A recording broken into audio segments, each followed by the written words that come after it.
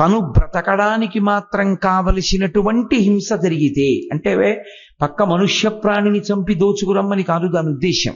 ఏదో తోటకూర కోసుకుని తిన్నాడు, అప్పుడు ఆకుకూర కోసుకుంటున్నప్పుడు ఆ చెట్టు బాధపడుతుందా? బాధపడదా? ఖచ్చితంగా బాధపడుతుంది.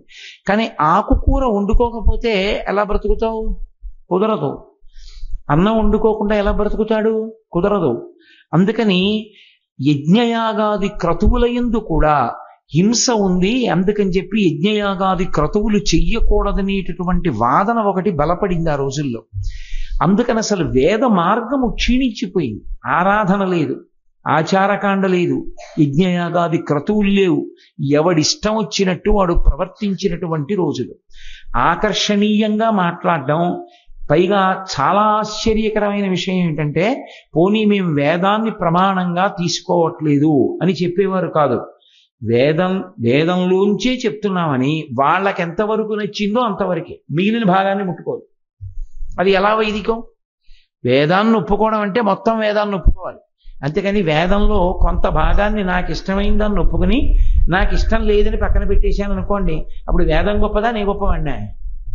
అప్పుడు వేదంలో నా మనసుకు నచ్చింది నేను వేదం అంటాను, మిగిలింది వేదం కాదంటాను. అటువంటి ధోరణి ప్రబలిపోయింది. అటువంటి ధోరణి ప్రబలిపోయిన రోజులలో శంకరాచార్యుల వారి అవతారం రాక పూర్వమే కుమరిల భట్టు వచ్చి కర్మ మార్గాన్ని ముందు బాగా సువ్యవస్థితం చేశాడు. మళ్ళీ యజ్ఞయాగాది క్రతువులన్నీ జరిగేటట్లుగా చేశాడు. ఈ జరిగేటట్టుగా చేసేటటువంటి ప్రక్రియలో కుమరిల భట్టుకి బౌద్ధ మతానికి తీవ్రమైన విభేదం వచ్చింది.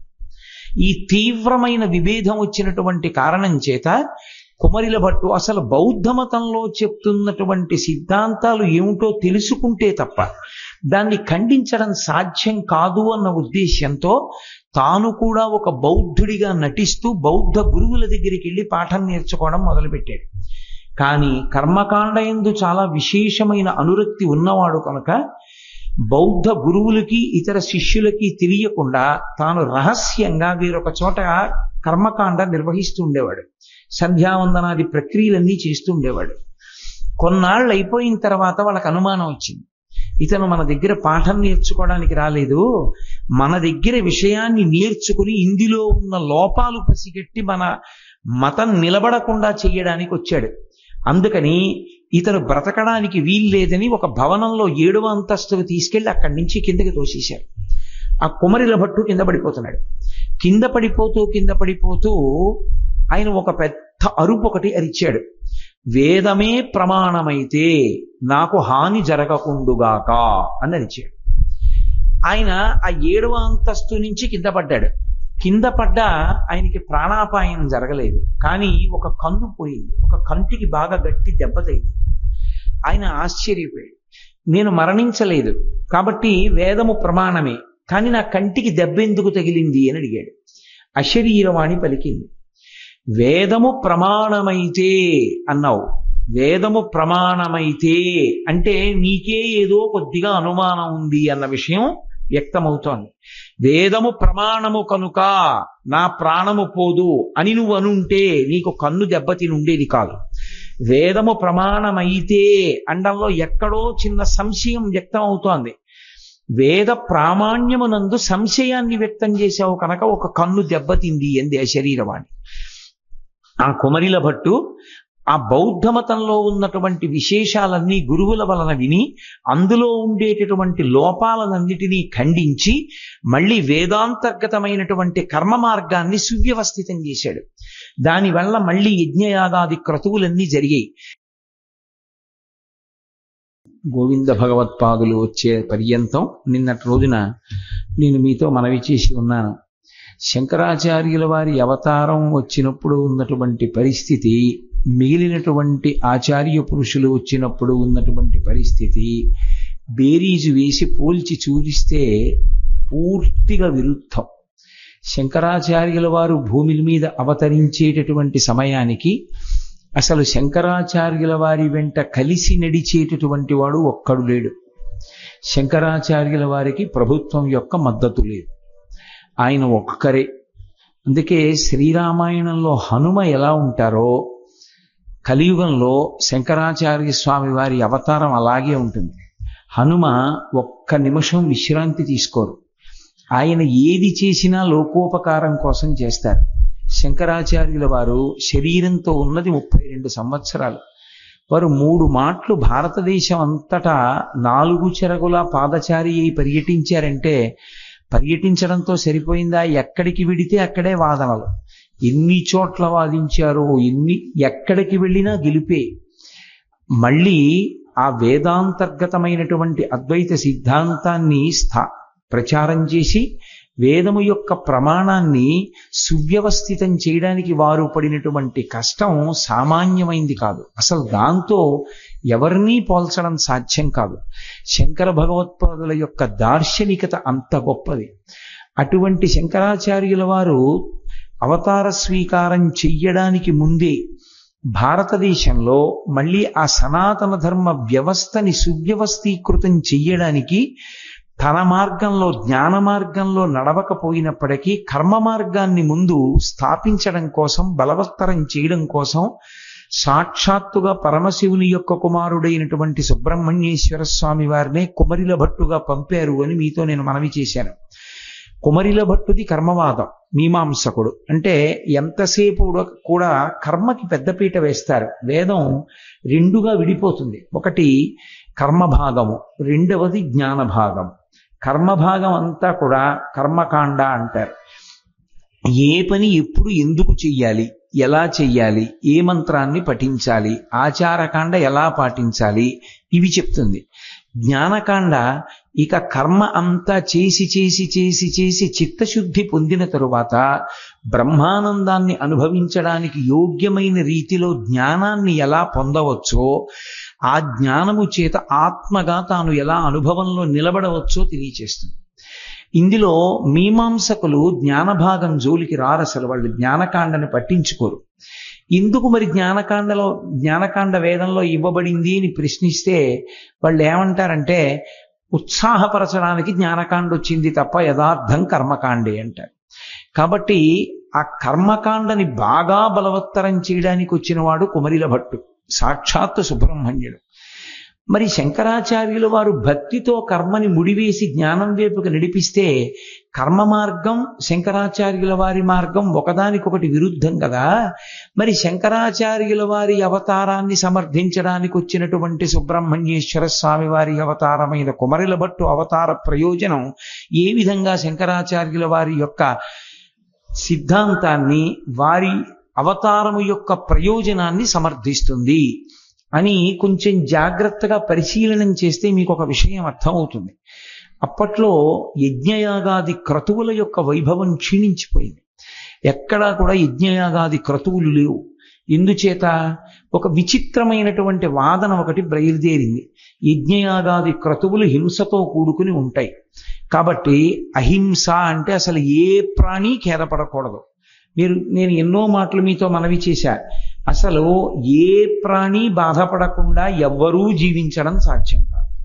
సంసారికి ఏ ప్రాణిని బాధ పెట్టకుండా బ్రతకడం జీవితంలో ఎప్పుడూ సాధ్యమయ్యే విషయం కాదు. ఇప్పుడు నేను అహింస గురించి మాట్లాడాలి అంటే నేను మాట్లాడుతున్నప్పుడు ఈ ధ్వని ప్రకంపనలకి కొన్ని ప్రాణులు చచ్చిపోతాయి. అహింస చెయ్యాలని చెప్పడం వల్ల కొన్ని ప్రాణులు పోతాయి, హింస జరుగుతుంది. మరి ఎలా పూర్ణమైన హింస? అందుకే వేదం పూర్ణమైన హింస అంటే ఎవ్వరినీ చంపకుండా ఉండడం అని చెప్పలా. తాను బ్రతకేటప్పుడు కొన్ని ప్రాణులు మరణించవలసిన అవసరం ఉంటుంది. ఉదాహరణకి నేను అన్నం వండుకు తిన్నాను అనుకోండి. అన్నం వండుకు తింటున్నప్పుడు అగ్ని మీద బియ్యాన్ని పచనం చేసేటప్పుడు కొన్ని సూక్ష్మాంగ జీవులు మరణిస్తాయి. అలాగని నేను అన్నం వండుకోవడం మానేశాను అనుకోండి, అసలు నేను బ్రతికే అవకాశం ఉండదు. ఎంత తక్కువ హింస చెయ్యవచ్చో అంత తక్కువ హింస చేస్తూ తను బ్రతకడానికి మాత్రం కావలసినటువంటి హింస జరిగితే, అంటే పక్క మనుష్య ప్రాణిని చంపి దోచుకురమ్మని కాదు దాని ఉద్దేశ్యం.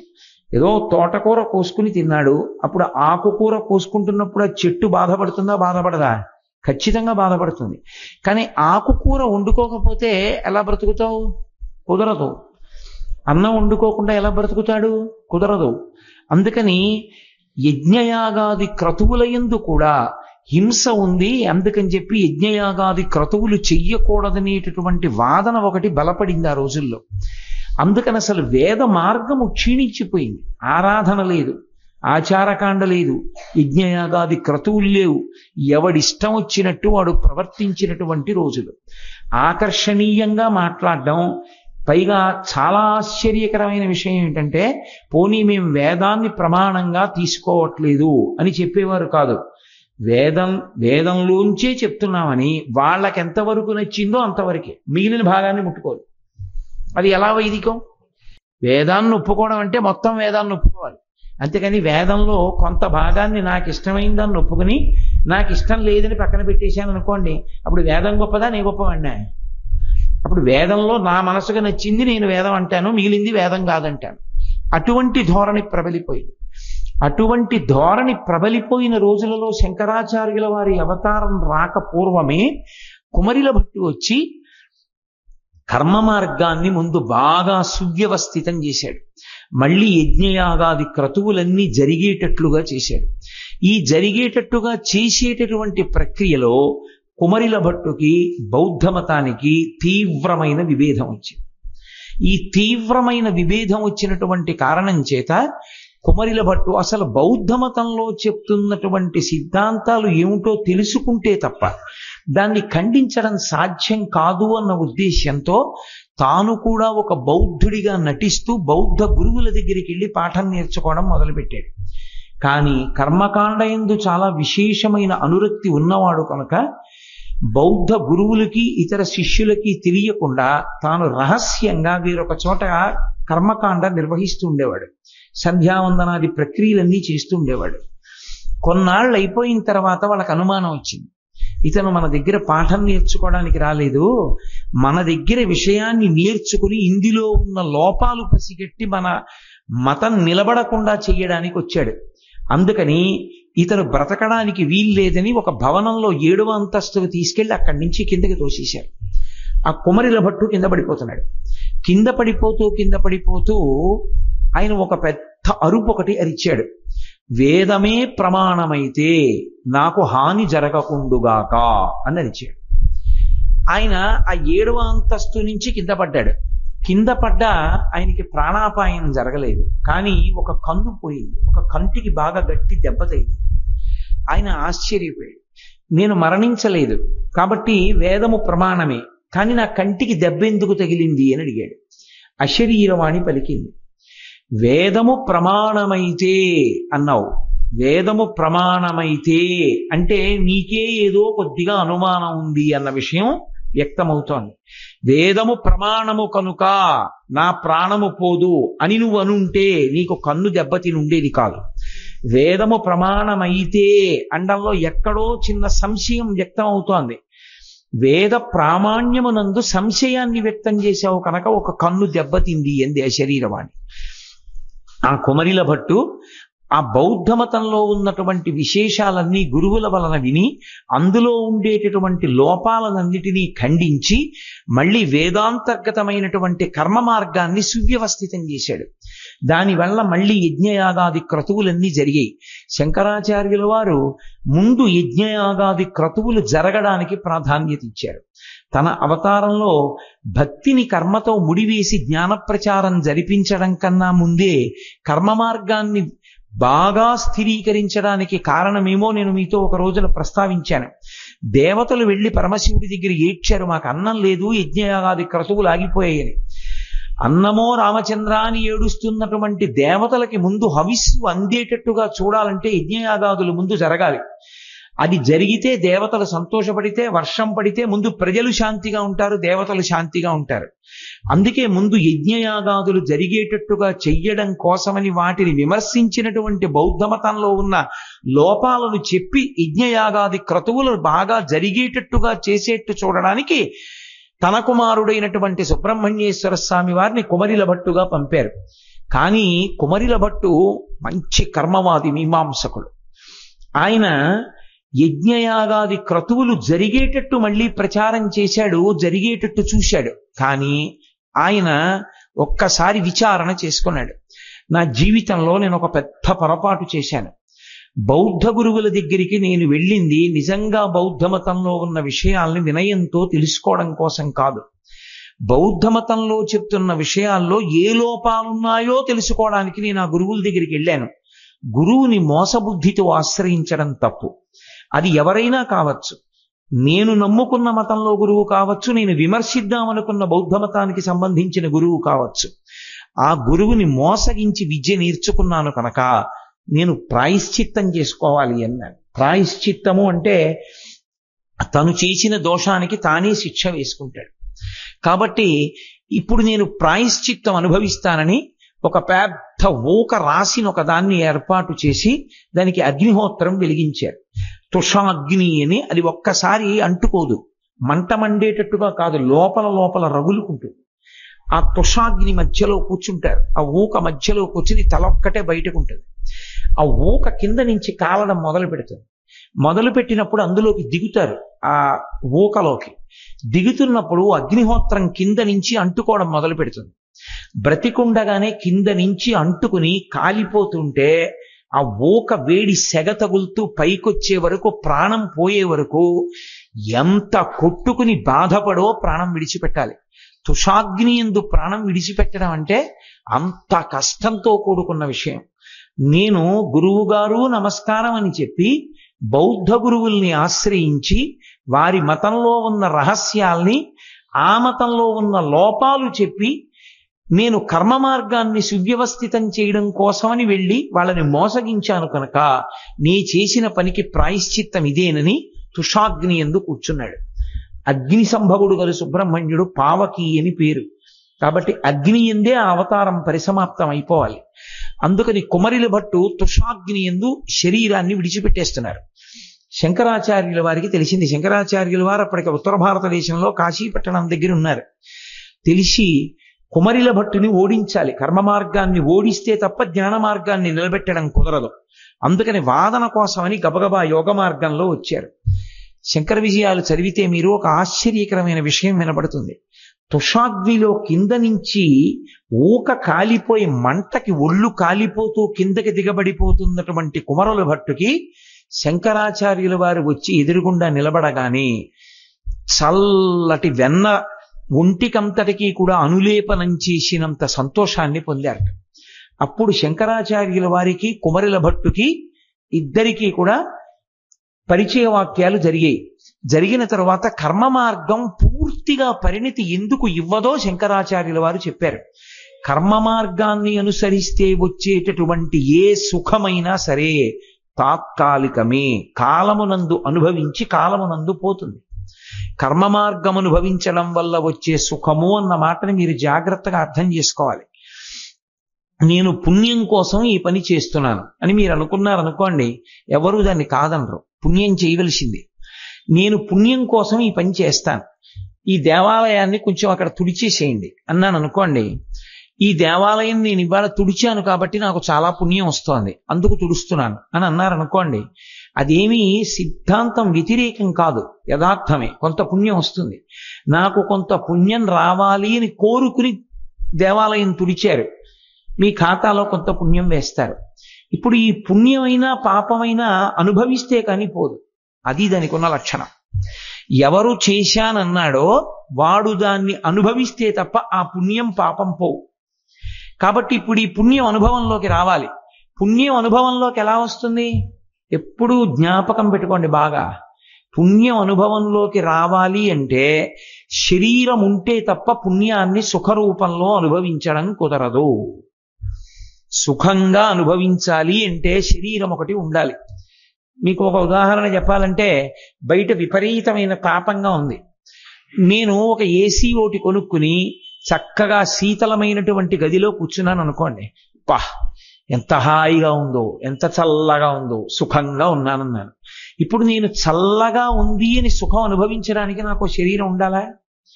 నేను ఒక గంట సేపు ఒక ఏసీ గదిలో కూర్చుంటే, బాగా గుర్తుపెట్టుకోండి నేను చెప్పిన విషయం, ఒక గంట సేపు నేను ఏసీ గదిలో కూర్చుంటే నేను గతంలో చేసిన ఏదో పుణ్యం కడిగేస్తాడు ఈశ్వరుడు, తీసేస్తాడు. అక్కడ అందరూ ఎండలో పడున్నారు, నువ్వు గంట సేపు చల్లగా పడున్నావు సుఖంగా. అలా ఉండడానికి కొంత డబ్బు ఇస్తాడు. ఆ ఐశ్వర్యంతో నువ్వు ఏసీలో ఉంటావు. ఓ దేవాలయం అరుగు తుడిచిన పుణ్యం అక్కడతో పోయి. చాలా విపరీతమైన పుణ్యం చేసేసాడు అనుకోండి ఒక ఆయన. ఇంకా అదే పనిగా పుణ్యమే చేసుకుంటూ పోయాడు. ఇప్పుడు ఈ పుణ్యం అంతా ఎలా పోవాలి? ఈశ్వరుడు ఏం తెలివి తక్కువ వాడు కాడు. ఓ చక్రవర్తిని చేసి ఓ 10 ఏళ్ళు ఉంచాడు అనుకోండి సింహాసనం మీద, అయిపోతుంది. చక్రవర్తిగా కూర్చోవడం చాలు అంతఃపురంలో.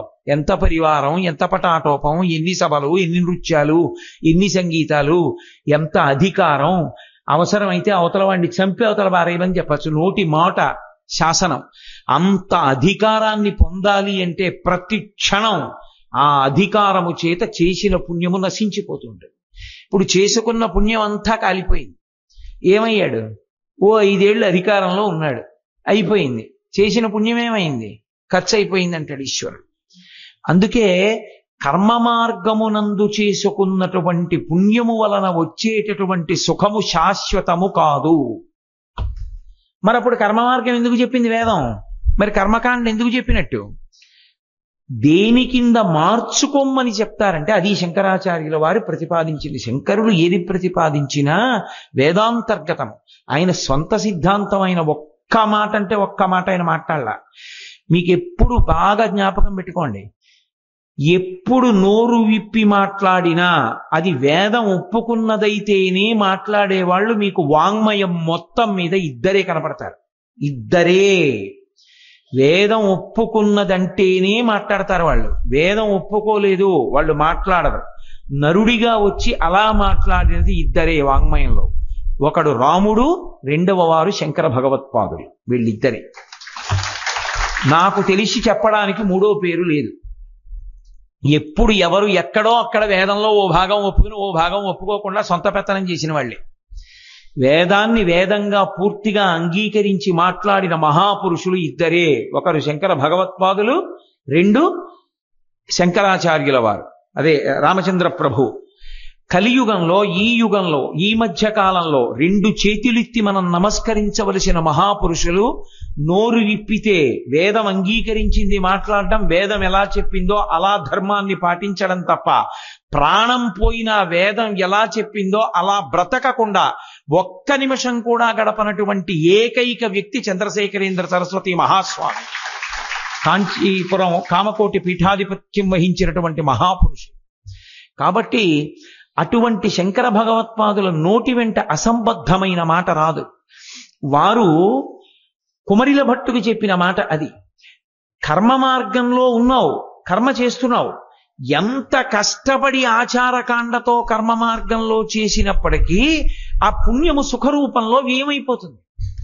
మళ్ళీ నువ్వు చేసిన పుణ్యం ఏమైనట్టు? ఏముండదు. కొంతకాలం అయిపోయిన తర్వాత అదే పుణ్యాన్ని చిత్తశుద్ధి కొరకు చేశావు. దేవాలయం అరుగు తుడిచారు ఇద్దరు. అందుకే మీరు చూడండి, వేదాంతం గహనం జాగ్రత్తగా పట్టుకోవాలి. ఇద్దరు వెళ్ళి అయ్యప్ప స్వామి ముందు నించున్నారు. ఒక ఆయన అన్నాడు, పరమేశ్వర పరమేశ్వర, నా కొడుకు మంచి ఉద్యోగం వచ్చేట్టు చూడు, ఇవాళ నీ దేవాలయం అంతా తుడిచానన్నాడు. ఇంకొక ఆయన అన్నాడు, ఈశ్వర నా జన్మ పండింది, ఎన్ని శరీరాలు పొందానో, ఎప్పుడు దీన్ని నీ సేవ గురించి వాడానో లేదో నాకు తెలియదు, ఇవాళ నేను వేసుకున్న అంగీ తెరిచిపోయింది తండ్రి, చెమటతో ముద్దయిపోయాను, ఇన్నాళ్లకి నా ఒళ్ళు నీ సేవలో పనికొచ్చింది, ఇలా పునఃపునః నా ఊపిరి ఉన్నంత కాలం నీ సేవ చేసుకునేట్లు అనుగ్రహించన్నాడు. ఇద్దరూ కోరికేనా కోరారు? ఇద్దరిది కోరికేనా? ఒక ఆయన శరీరం ఉన్నంత కాలం అలాగే సేవ చెయ్యాలన్నాడు. ఇంకొక ఆయన కొడుక్కి మంచి ఉద్యోగం రావాలన్నాడు. రెండూ కోరికలేనా అని అడిగారు. ఒక్కటే కోరిక. కొడుక్కి ఉద్యోగం రావాలని అడిగింది ఏదో అది కోరిక. నీ సేవలో ఇలా తరించాలన్నది కోరిక కాదు. ఎందుకో తెలుసా? అది చిత్తశుద్ధికి మార్గంగా మార్చేస్తాడు ఈశ్వరుడు. అప్పుడు దాన్ని ఏం చేస్తాడంటే, ఈ పుణ్యాన్ని దేనికి వాడతాడంటే చిత్తశుద్ధిని ఇస్తాడు. అటువంటి వాడు ఇంద్రియముల యొక్క పటాటోపానికి దూరంగా జరిగిపోతాడు. తన మనసుని తాను పరిశీలించుకోవడం అలవాటైపోతుంది. శాస్త్రం మీద విశేషమైన నమ్మకం పెరుగుతుంది. ఆచార్య పురుషుల యందు భక్తి కలుగుతుంది. వైదికమైన సక్రమమైన మార్గంలో ఊంచుకుని నడవడం అలవాటవుతుంది. అధర్మమునందు మక్కువ ఉండదు. ధర్మమే, ధర్మానుష్ఠానమునందు ప్రాణం పోయినా అంగీకరిస్తాడు తప్ప ధర్మ మార్గానికి వ్యతిరేకంగా నిలబడడానికి మాత్రం అంగీకరించాడు. ధార్మికంగా బతకడమే తృప్తి.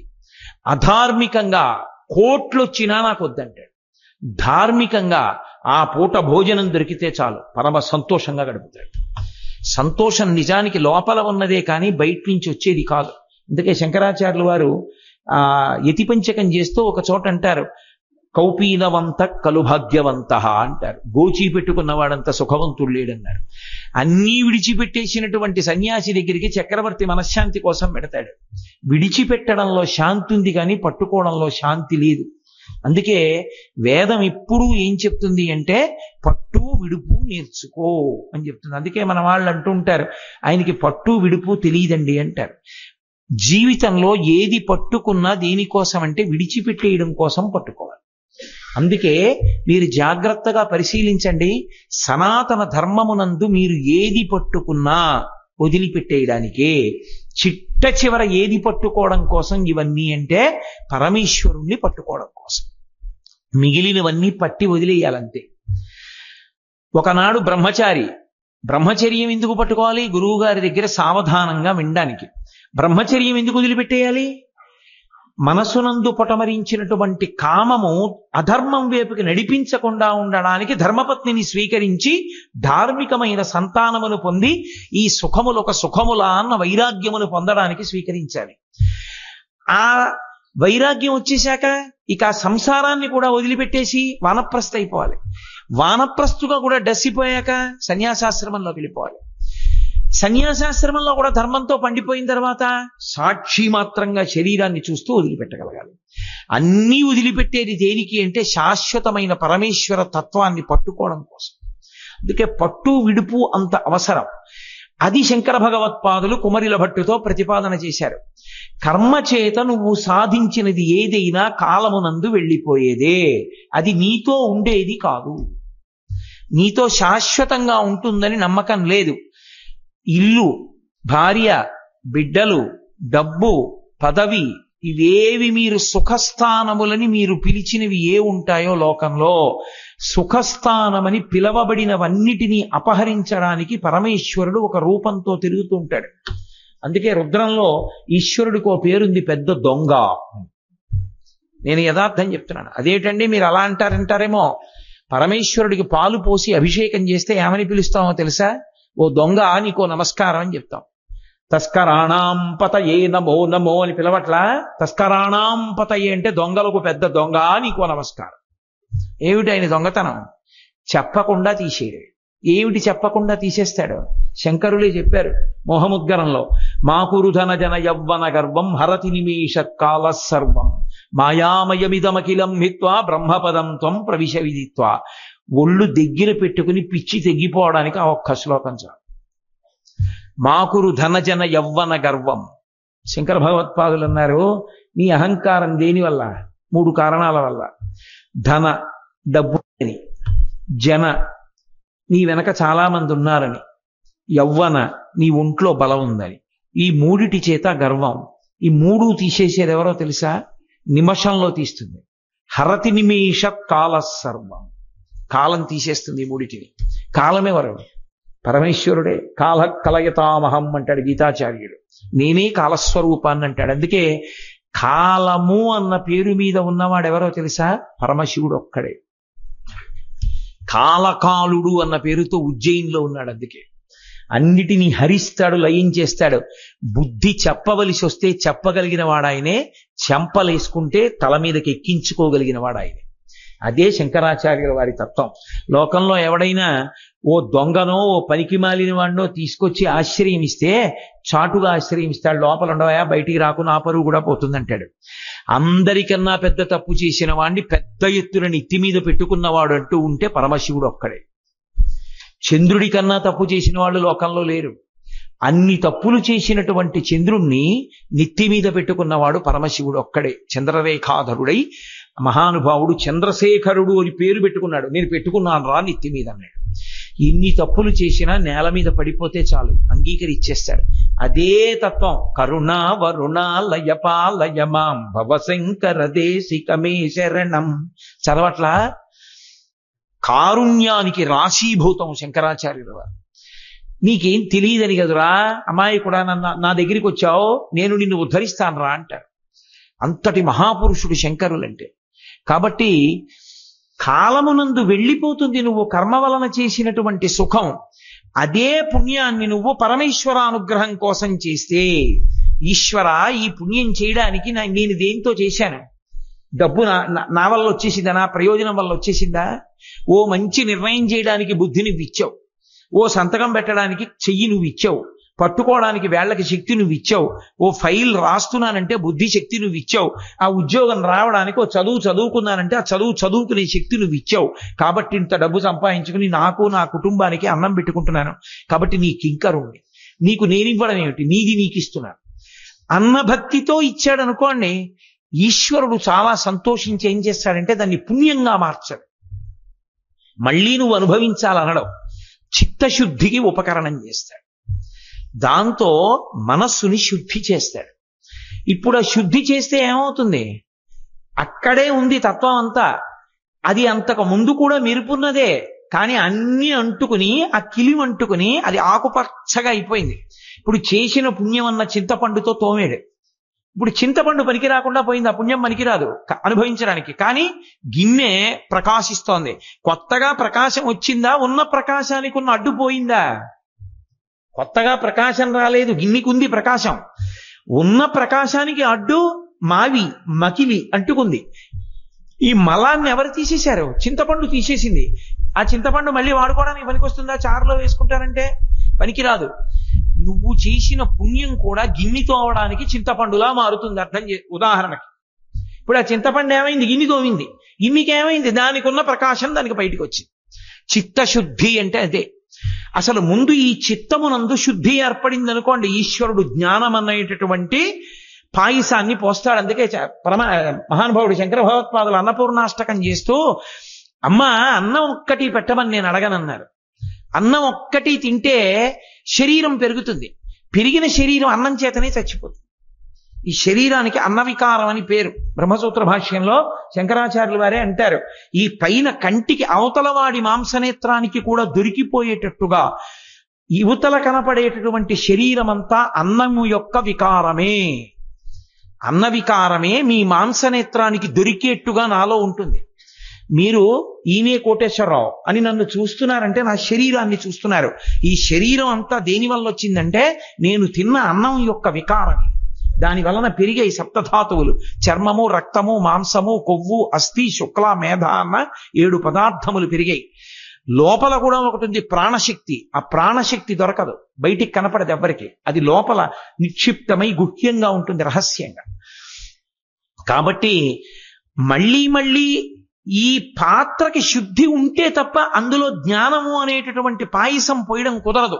అందుకే శంకరాచార్యుల వారు కేవలం అన్నం పెట్టమని అడగలేదు. మీరు లోకంలో చూడండి, ఎవరైనా అన్నం పెట్టమని అడిగాడు అనుకోండి, ఆకలితో ఉన్నవాడు, అమ్మ నాకు అన్నం పెట్టండి అంటారు.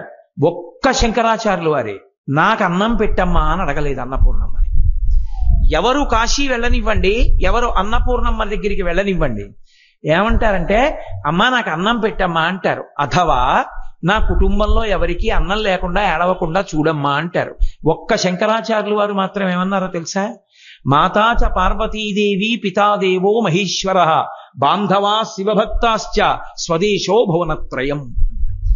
అమ్మా మా అమ్మ నువ్వే, మా నాన్నగారు శంకరుడు, నా కుటుంబం ఎవరో తెలుసా అమ్మా?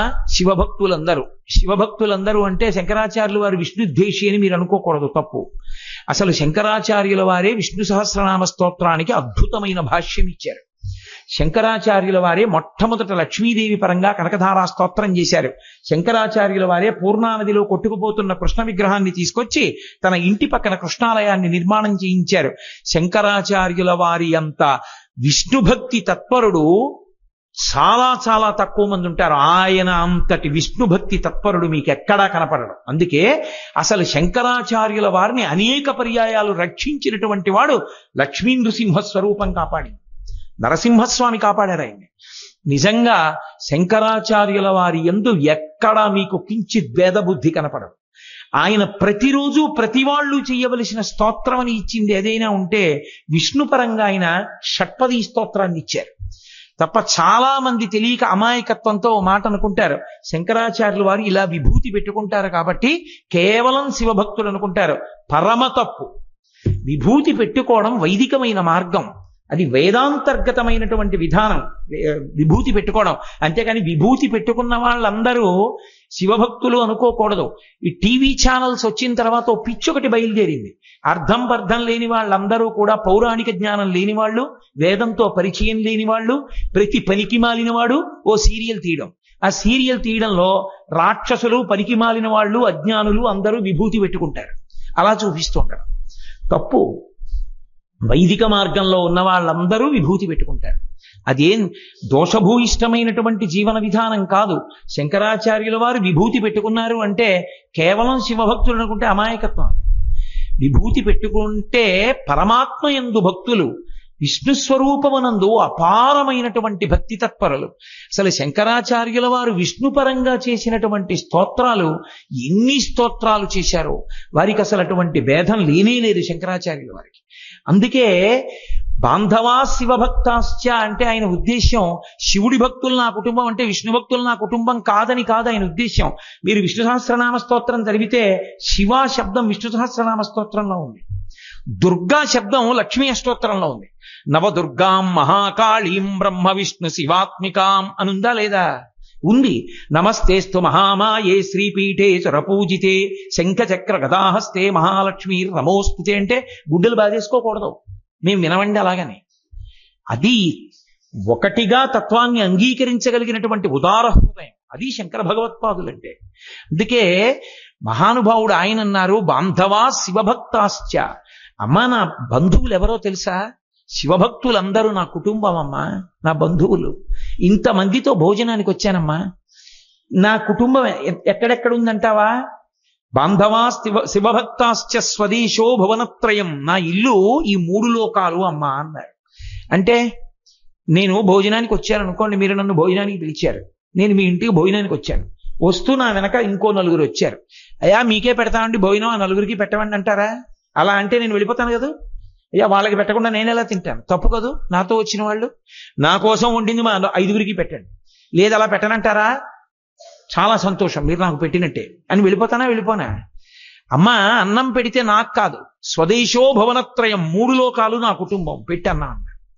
అంటే ఇప్పుడు శంకరాచార్యులు వారు ఎవరికి అన్నం పెట్టమని అడిగారు? మనందరికీ అన్నం పెట్టమని అడిగారు తప్ప నాకు పెట్టమని అడగని వ్యక్తి శంకరులు ఒక్కరే. ఎవరమైనా నాకు పెట్టమని అడుగుతాం. ఒక్క శంకరాచార్యుల వారే అమ్మా అందరికీ అన్నం పెట్టమ్మా అని అడిగిన మహాత్ములు. ఆయన అన్నం పెట్టమని వదిలిపెట్టలేదు. అన్నపూర్ణ దగ్గరికి వెడితే ఎవడైనా అడిగేది ఏమిటంటే అన్నం పెట్టమని అడుగుతాడు. ఒక్క శంకరాచార్యుల వారు మాత్రం ఏమని అడిగారో తెలుసా? జ్ఞాన వైరాగ్య సిద్ధ్యర్థం భిక్షాం దేహీ చ పార్వతి అన్నారు. అమ్మ తినడం ప్రయోజనం వద్దు. తినడం ప్రయోజనం అయిపోతే అదో సుఖం అయిపోతుంది. అది ఒక కాలమునందు ఏదైనా తినలేకపోయాడు అనుకోండి, తినలేకపోతున్నాడు ఏడుస్తాడు. అవి ఎక్కువ తిన్నాడు అనుకోండి, దాని కారణంగానే చచ్చిపోతాడు. అదో భ్రాంతి ఉండిపోతుంది. కాబట్టి అమ్మ తినడం ఎందుకో తెలుసా? వైరాగ్యం కోసం. వైరాగ్యం ఎందుకో తెలుసా? జ్ఞానం కోసం. ఆ జ్ఞానం ఎందుకో తెలుసా? పరబ్రహ్మముగా నిలబడిపోవడం కోసం. అందుకనమ్మ జ్ఞాన వైరాగ్యములు పొందడానికి, ఈ శరీరంలో ఉండడానికి కావలసిన అన్నం ఇది. అంతేకాని అన్నం కోసం అన్నం తినే బుద్ధి నాకు వద్దమ్మా అన్న. అది శంకరులు అంటే. అది అన్నపూర్ణాష్టకం అంటే. అన్నపూర్ణాష్టకం అంటే అందరూ అన్నం పెట్టడానికి అనుకుంటారు. ఒక్క శంకరులు ప్రారంభం ఎలా చేశారు? నిత్యానందకరీ వరాభయకరీ సౌందర్య రత్నాకరీ నిర్ధూతాకిల ఘోర పాపనికరీ ప్రత్యక్ష మహేశ్వరి. ఘోరపావనికరి అంటుంటారు, కాదు, ఘోరపాపనికరి ప్రత్యక్ష మహేశ్వరి ప్రాళేయాచల వంశపావనకరి కాశీపురాధీశ్వరి భిక్షాందేహి కృపావలంబనకరి మాతా అన్నపూర్ణేశ్వరి. ఆవిడ్ని పిలుస్తూనే నిత్యానందకరి అని పిలిచారు. అది శంకరతత్వం అంటే. కేవలము ఏదో పుణ్యం చేసి ఆ సుఖం అనుభవించేద్దామంటాం కాదు. ఆ పుణ్యము చిత్తశుద్ధికారకమై దాని వలన జ్ఞానం అంగురించి ఇక్కడే ఇప్పుడే ఈ క్షణంలోనే నేను ఆత్మ అన్న అనుభవం నాకు రావాలి. దాని వలన నేను జీవన్ముక్తులను కావాలి. అమ్మా అటువంటి ఆనందాన్ని ఇవ్వగలిగిన దానివి నువ్వు ఒక్కదానివే. నిత్యానందం, బ్రహ్మానందం, జ్ఞానానందం ఇవన్నీ పర్యాయ పదాలు. అమ్మా ఆనందాన్ని నాకు ఇయ్యమ్మా. అందుకు పనికి రావాలి నేను చదువుకున్న చదువు, అందుకు పనికి రావాలి నేను చేసిన పుణ్యం. అంతే తప్ప కేవలము కర్మ చేసి ఏదో దాని వల్ల కొంత పుణ్యం వస్తే ఆ పుణ్యం అంతా అనుభవించేద్దామంటే అనుభవిస్తావు, కానీ తర్వాత మళ్ళీ ఏముంటుంది? మళ్ళీ పాపం మిగులుతుంది, అప్పుడు దుఃఖం అనుభవించాలా? కాబట్టి ఇది కుమరిలి భట్టుతో శంకరాచార్యులు వారు చేసిన ప్రతిపాదన. ఎవరితో? తుషాగ్ని యందు కాలిపోతున్నటువంటి కుమరిలి భట్టుకు చెప్పారు. కాలిపోతున్నటువంటి కుమరిల భట్టు శంకర భగవత్పాదులు చేసిన ప్రతిపాదన విని తెల్లబోయాడు. అద్భుతమయ్యా మహానుభావ శంకర, చాలా గొప్ప మాట చెప్పావు, కానీ ఆలస్యం అయిపోయి. నిజంగా కుమరిల భట్టుకు తెలియదని మీరు అనుకోకూడదు. మళ్ళీ సనాతన ధర్మంలో కర్మకాండని బలవత్తరం చెయ్యడం కోసం వచ్చిన అవతారం. అందుకే అక్కడ వరకు పూర్తి చేశాడు కుమరిల భట్టు. నా అవతారం పూర్తయిపోయింది. నా శిష్యుడు ఒకడు ఉన్నాడు, మాహిష్మతీపురంలో ఉన్నాడు, మండనమిశ్రుడు అన్న పేరుతో. పరమకర్మవాది, నేనే నేర్పా. జ్ఞాన మార్గం అంటే ఒప్పుకోడు, భక్తి అంటే ఒప్పుకోడు. ఇదిగో ఇలా ఏదో కర్మ మార్గం వల్ల చిత్తశుద్ధి జ్ఞానం కలగాలంటే ఒప్పుకోడు. కేవలం పుణ్యం కోసమే కర్మకాండ కర్మకాండ, ఆచారకాండ ఆచారకాండ, అంతే. నా దగ్గరే నేర్చుకున్నాడు మండనమిశ్రుడని. వెళ్ళి వాడితో వాదించి ఆ మండనమిశ్రుడిని ఓడించన్నారు. శంకరాచార్యుల వారు తెలుసుకున్నారు ఎక్కడున్నాడని అడిగారు. మాహిష్మతీపురంలో ఉన్నాడు. వెంటనే యోగ మార్గంలో బయలుదేరి వచ్చారు. అబ్బో, ఇప్పుడు నేను ఎక్కడ చెప్పగలను కానండి, అవన్నీ అయ్యే పనులా. నిజంగా మండనమిశ్రుడి ఇంటికి వారు చేరడం, ఆ విశేషాలు, లోకంలో దాని మీద ఎన్ని రకాలైనటువంటి కథలున్నాయో, ఎన్ని విశేషాలున్నాయో చెప్తే తెల్లబోతారు. అసలు దానికి ఒక ప్రత్యేకమైన కథ ఒకటి ఉంది. తాటి చెట్టుని ఉంచి ఎక్కడం కళ్ళు తీసేవాడి దగ్గర నేర్చుకున్నారు శంకరాచార్యులు వారు. ఆయన తెలుసుకోవాలనుకుంటే ఎవరికై దగ్గరైన వినయంగా నేర్చుకుంటారు శంకరుడు. అది ఆయన గొప్పతనం. అటువంటి శంకర భగవత్పాదులు యోగ మార్గంలో వెళ్ళారు మండనమిశ్రుడి ఇంటికి. వెళ్ళి మండనమిశ్రుడి ఇల్లు ఎక్కడా అని అడుగుదామని ఒక రేవు, అంటే ఒక నది ఒడ్డున ఉన్నటువంటి చోట ఆడవాళ్లు బిందెలతో నీళ్లు తెచ్చుకుంటున్నారు. వాళ్ళని వెళ్ళి అడిగారు, మండనమిశ్రుడి ఇల్లు ఎక్కడని అడిగారు. వాళ్ళు పక్కున నవ్వి అన్నారు, మండనమిశ్రుడి ఇల్లు ఎక్కడా? మండనమిశ్రుడి ఏ ఇంటి ముందు కట్టబడినటువంటి చిలుకల యొక్క పంజరాల్లో ఉన్నటువంటి చిలుకలు సంస్కృత భాషలో వేదమునందున్నటువంటి ప్రమాణములను గురించి చర్చ చేసుకుంటూ ఉంటాయో ఆ ఇల్లే మండనమిశ్రుడు. అంటే ఆ ఊళ్ళో ఉండేటటువంటి ఆడవాళ్లలో కేవలం నీళ్లు తెచ్చుకునే వాళ్ళంత సంస్కృతం మాట్లాడతారు. మండనమిశ్రుడు ఇంటి ముందు కట్టినటువంటి పంజరాల్లో ఉన్న చిలకలు వేదం మీద ప్రమాణం గురించి చర్చిస్తాయి. అంటే లోపల ఉన్నవాడు ఎంతటి పండితుడు? సామాన్యమైన వాడా? ఎవరు వచ్చింది మండనమిశ్రుడుగా? చతుర్ముఖ బ్రహ్మగారు వచ్చారు. కర్మకాండ ఆచరించాలి అంటే పక్కన భార్య ఉండాలి, లేకపోతే యజ్ఞం ఎలా చేస్తావు, యాగం ఎలా చేస్తావు, గోదానం ఎలా చేస్తావు? పక్కన భార్య ఉండద్దు. అందుకని భార్య ఉండాలి కాబట్టి సరస్వతీదేవి వచ్చింది, సరసవాణిగా. అందుకని ఆవిడ ఇద్దరూ కలిసి ఉన్నారు ఆ గృహంలో. పైగా అసలు కర్మ మార్గంలో ఉన్నటువంటి వాళ్ళు పరమ జాగ్రత్తగా చేసేది ఏది అంటే శ్రాద్ధ కర్మ. దాని పేరే శ్రాద్ధం. శ్రాద్ధం అన్న మాటకు అర్థం ఏంటంటే శ్రద్ధ. శ్రద్ధగా చేస్తే తీసుకుంటారు, లేకపోతే వాళ్ళు తీసుకోరు. పితృదేవత ఊరికే వండేసి తీసుకొచ్చి అక్కడ పెట్టేసి తినంటే వాళ్ళు తినరు. వాళ్ళు శ్రద్ధని చూస్తారు.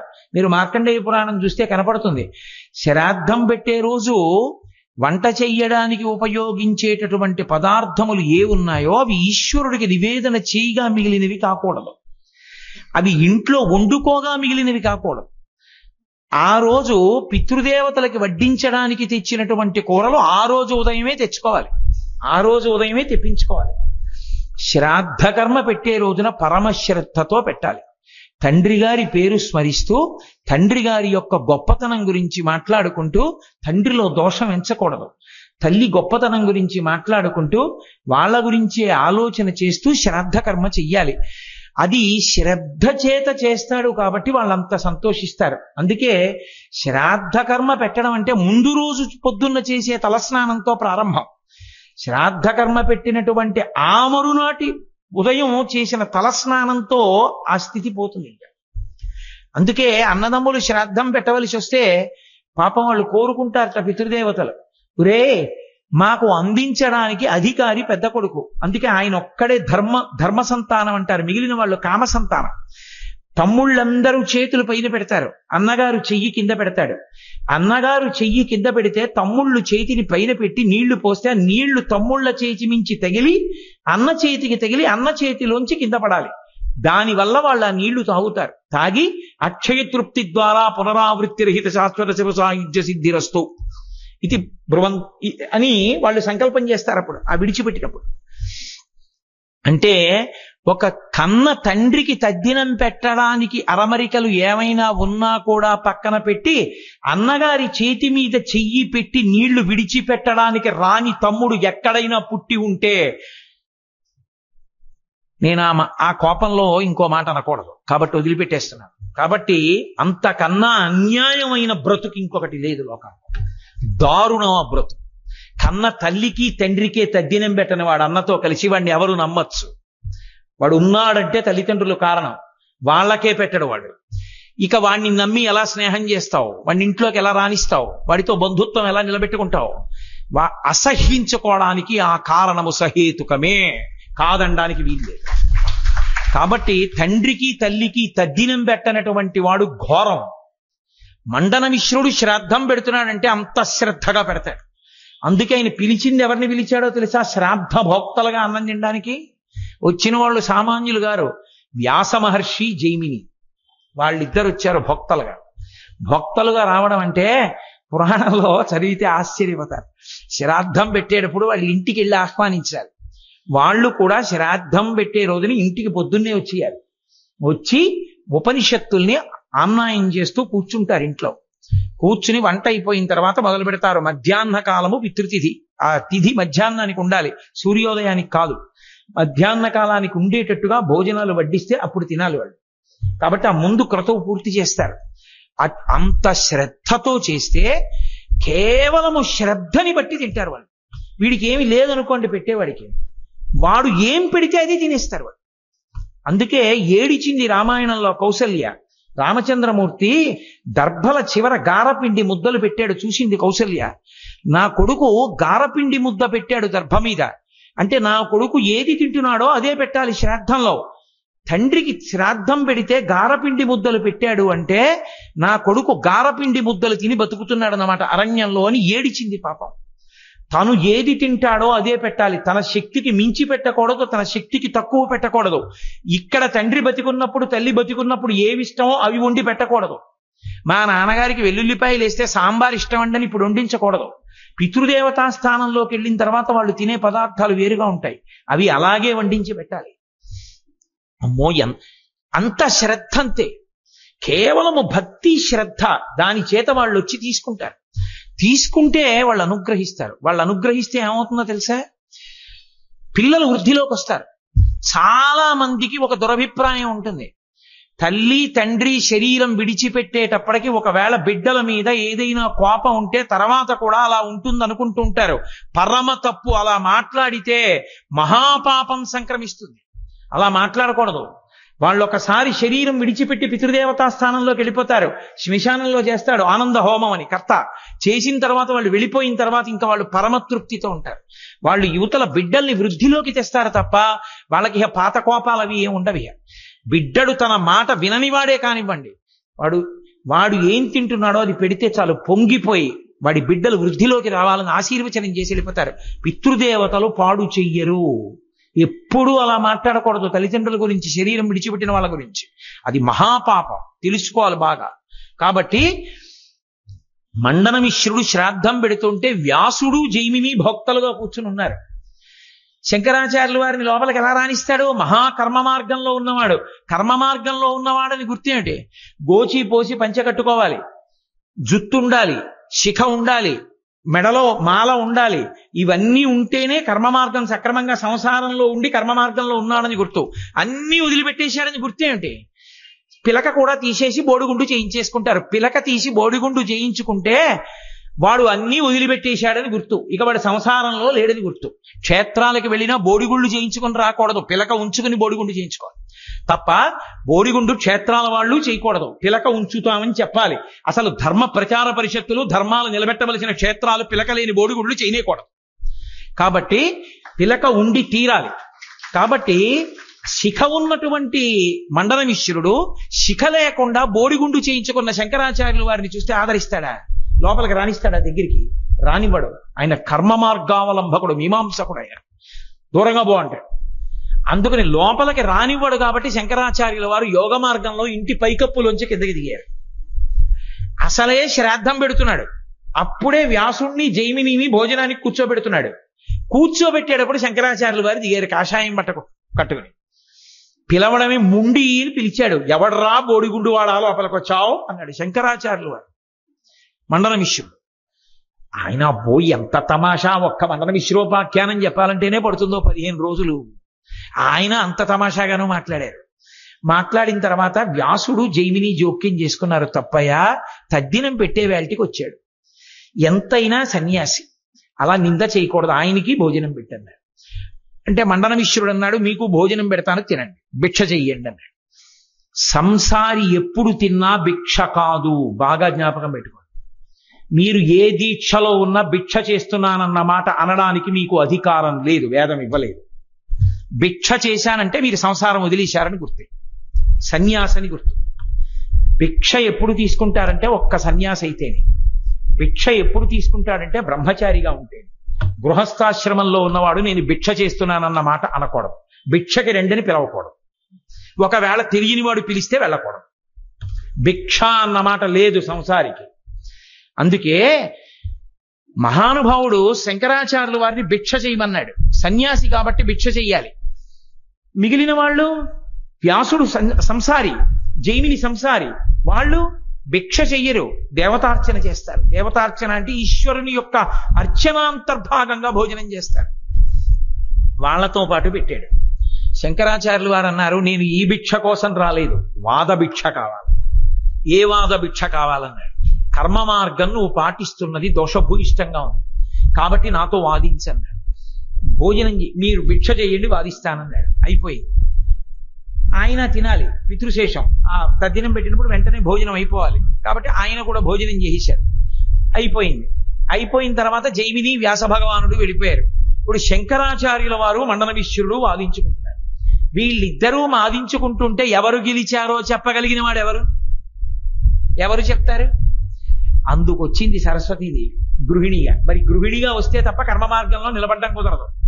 ఆ మండన మిశ్రుడు మహాతల్లి ఆ ఉభయ భారతినే సరసవాణి అని పేరు ఆవిడికే. ఆవిడ్నే న్యాయ నిర్ణేతగా ఉండమన్నారు. ఆవిడ అంగీకరించింది. కానీ మీరు ఒక్కటి జాగ్రత్తగా ఆలోచించండి. అసలు మీరు జాగ్రత్తగా పరిశీలనం చేస్తే ఈ దేశంలో పుట్టినటువంటి ఆణిముత్యాల్లాంటి స్త్రీల గురించి చెప్పవలసి వచ్చినప్పుడు తప్పకుండా చెప్పవలసినటువంటి వ్యక్తి మహానుభావురాలు ఉభయ భారతి సరసవాణి, మండన మిశ్రుడి భార్య. ఎందుకో తెలుసా? మనం ఇవాళ ఆ పేర్లేవి మనకు అక్కర్లేదు, బిడ్డలకు కూడా పెట్టుకోం. శంకరాచార్యుల వారి జీవిత చరిత్ర చదువుతుంటే ఒక్కొక్క పేరు చదివితే ఆశ్చర్యపోతాం. భామతి అని, భామతి వ్యాఖ్య అంటారు. మిశ్రా అని పేరు కలిగినటువంటి ఆయన బ్రహ్మచర్యం నుంచి కూర్చుని ఆయన షణ్మతాలకి సంబంధించిన విషయాల మీద వ్యాఖ్యానం రాస్తున్నాడు. తల్లిదండ్రులు వచ్చన్నారు, రే నీకు పెళ్లి చేసుకునే వయసు వచ్చిందిరా, పెళ్లి చేస్తా ఉన్నారు. ఆయన వ్రాసుకుంటేనే మళ్ళీ 2 రోజులు పోయాక వచ్చి పిల్లని చూశాను రా అన్నారు. పిల్ల పేరు భామతి, చేసుకుంటావా అన్నారు. చేసుకుంటాను. తల్లిదండ్రులు కదా నిశ్చయం. ఒరే రేపే నీ పెళ్లి. రాసుకుంటున్నాడు. వచ్చి ఒరే పెళ్లిపీటల మీదకి రారా అన్నారు. అలాగా కలం అక్కడ పెట్టి పెళ్లిపీటల మీదకి వెళ్ళాడు. తాళి కట్టి మళ్ళీ వచ్చి రాసుకోవడం మొదలెట్టాడు. ఆవిడ సంసారానికి వచ్చింది. ఆవిడ అన్నం పెట్టేది, ఆయన తింటూ ఏం రాయాలో ఆలోచించేవాడు. ఆవిడ అన్నం పెట్టేసేది, వచ్చి కూర్చొని రాత్రింబవళ్ళు రాసుకునేవాడు.